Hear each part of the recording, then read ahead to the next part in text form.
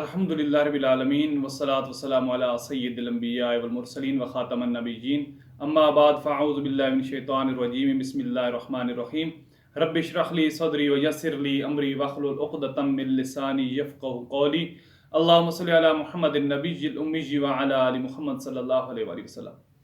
عزیز ناظرین و سامعین، السلام علیکم ورحمۃ اللہ وبرکاتہ۔ امید ہے آپ خیریت کے ساتھ ہوں گے۔ اللہ سے دعا ہے کہ جہاں رہیں خوش رہیں، آباد رہیں، اللہ ہمیں آسانیاں دیں اور آسانیاں بانٹنے کی توفیق عطا فرمائے۔ آج پھر ایک مختصر سی ویڈیو کے ساتھ اور ایک چھوٹے سے وظیفے کے ساتھ آپ کی خدمت میں حاضر ہوں۔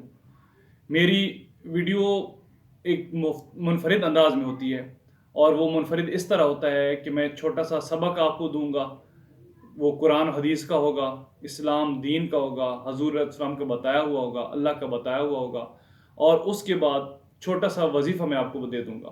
صرف وظیفہ بھی بتایا جا سکتا ہے، لیکن مقصود جو ہے وہ دین سکھانا ہونا چاہیے۔ دین سکھائیں گے، کیونکہ آج ہم اس سے بہت دور ہو چکے ہیں، وظیفوں کی بھرمار ہوئی پڑی ہے، لیکن ہمیں پتہ نہیں ہے کہ دین کیا ہے، قرآن میں کیا لکھا ہے، حدیث میں کیا لکھا ہے، اللہ کا کیا فرمان ہے، اللہ کے نبی کا کیا فرمان ہے۔ تو یہ مختصر سی ویڈیو کی میں جو کہ 5-10 منٹ سے زیادہ نہیں ہوا کرے گی، اس میں صرف اور صرف آپ کو تھوڑی سے دین کی باتیں اور پھر ایک مختصر سا وظیفہ جو ہے وہ سکھا دیا کروں گا۔ تو اللہ سے دعا ہے کہ اللہ ہماری مدد فرمائے۔ آج جو میں آپ کی خدمت میں حاضر ہوا ہوں لے کر، وہ ویسے تو مجھے سورۃ فاتحہ سے شروع کرنا چاہیے، لیکن بس جو اللہ توفیق دے، جہاں سے توفیق دے وہیں سے شروع کر لیں تو وہ بھی برکت ہوتی ہے۔ تو آج میں آپ کو 18ویں سپارے کا آغاز جہاں سے ہوتا ہے، سورۃ مومنون، وہاں سے لے کر حاضر ہوں آپ کی خدمت میں۔ اور اللہ تعالیٰ اس میں کی پہلی آیت میں ارشاد فرماتا ہے کہ بسم اللہ الرحمن الرحیم قد افلح المؤمنون، کہ یقیناً فلاح پا گئے ایمان والے۔ اور کون سے ایمان والے ہیں؟ اللہ تعالیٰ ارشاد فرماتا ہے کہ دوسری آیت میں کہ وہ ان ایمان والوں نے فلاح پائی ہے جو اپنی نماز میں خشوع اختیار کرتے ہیں۔ الذین هم فی صلاتہم خاشعون، کہ وہ لوگ فلاح پا گئے جنہوں نے نماز میں خشوع اختیار کی۔ آج ہمیں بھی اس معاملے میں اپنی نماز کی طرف فکر کرنی چاہیے، غور کرنی چاہیے کہ کیا ہماری نمازیں بھی اسی طرح ہیں جو اللہ تعالیٰ ان آیات میں ارشاد فرماتا ہے۔ اور پھر اللہ تعالیٰ آگے ارشاد فرماتا ہے والذین هم عن اللغو معرضون، کہ وہ لوگ بھی فلاح پا گئے جو لغویات سے دور رہے۔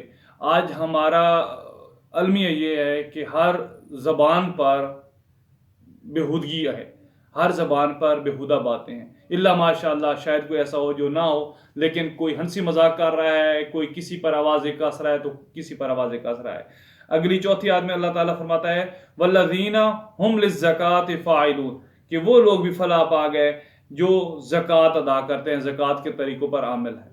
تو اگلی آیت میں اللہ تعالیٰ ارشاد فرماتا ہے جو 5ویں ہے، اور وہ یہ ہے کہ والذین هم لفروجہم حافظون، وہ بھی فلاح پا گئے جو اپنی شرمگاہوں کی حفاظت کرتے ہیں۔ آج ہمیں بھی اس طرف توجہ دینی چاہیے۔ اللہ کے حبیب صلی اللہ علیہ وسلم کا ایک واضح فرمان جو آپ کے علم میں ہے، میں آپ کو تھوڑی سی یاد دہانی کراتا چلوں کہ حضور علیہ السلام نے ایک جگہ ارشاد فرمایا ہے کہ تم مجھے 2 چیزوں کی گارنٹی دے دو تو میں آپ کو جنت کی گارنٹی دیتا ہوں۔ اور وہ 2 چیزیں جو اللہ کے حبیب صلی اللہ علیہ وسلم نے ارشاد فرمائی وہ یہ تھی کہ ایک زبان کی، کہ اس کی، اور جو دوسری 2 ٹانگوں کے درمیان جو ہے، جو آپ کی شرمگاہ ہے، اس کی مجھے گارنٹی دے دو کہ وہ آپ حفاظت میں رکھو گے تو میں آپ کو جنت کی ضمانت دیتا ہوں۔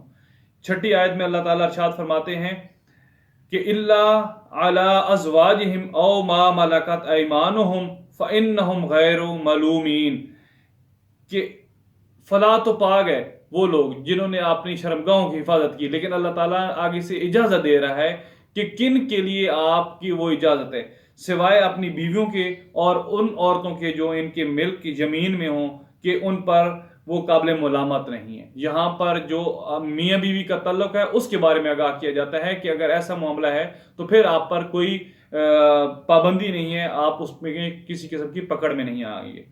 7ویں آیت جو ہے وہ اللہ تعالیٰ ارشاد فرماتا ہے فَمَنِ ابْتَغَىٰ وَرَاءَ ذَلِكَ فَأُولَٰئِكَ هُمُ الْعَادُونَ، البتہ جو اس کے علاوہ کچھ اور چاہیں وہ زیادتی کرنے والے ہیں۔ مطلب یہ کہ شرمگاہوں کی حفاظت کرتے ہیں، اپنی بیویوں کے پاس جاتے ہیں، لیکن اگر اس کے علاوہ کوئی کام کرے گا تو وہ زیادتی کرنے والے ہیں اپنے اوپر۔